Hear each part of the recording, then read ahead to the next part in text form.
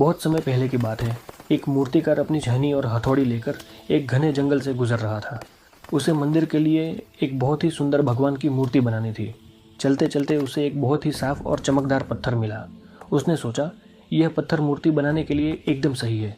उसने जैसे ही अपना हथौड़ा निकाला और पत्थर पर पहली चोट की, पत्थर से कराहने की आवाज़ आई। रुको, मुझे मत मारो, मुझे बहुत दर्द हो रहा है, कृपया मुझे छोड़ दो। मूर्तिकार को दया आ गई। उसने उस पत्थर को वहीं छोड़ दिया और आगे बढ़ गया।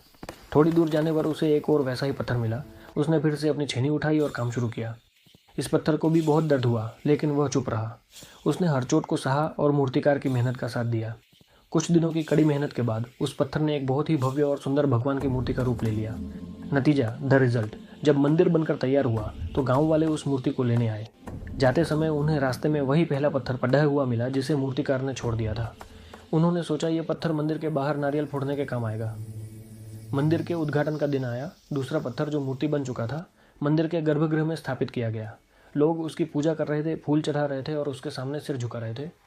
पहला पत्थर मंदिर की सीढ़ियों के पास रखा गया। जो भी भक्त आता उस पर जोर से नारियल फोड़ता। परेशान होकर पहले पत्थर ने दूसरे पत्थर से पूछा, भाई, तुम्हारी किस्मत कितनी अच्छी है। लोग तुम्हें पूज रहे हैं और मुझ पर नारियल फोड़ रहे हैं। ऐसा भेदभाव क्यों? मूर्तिकार के तरासे हुए पत्थर ने मुस्कुराकर जवाब दिया, दोस्त, अगर उस दिन तुमने मूर्तिकार की चोट सह ली होती तो आज मेरी जगह तुम होते। तुमने थोड़े समय का दर्द नहीं सहा, इसलिए अब जिंदगी भर की चोट सहनी पड़ रही है। कहानी की सीख, मॉरल ऑफ द स्टोरी।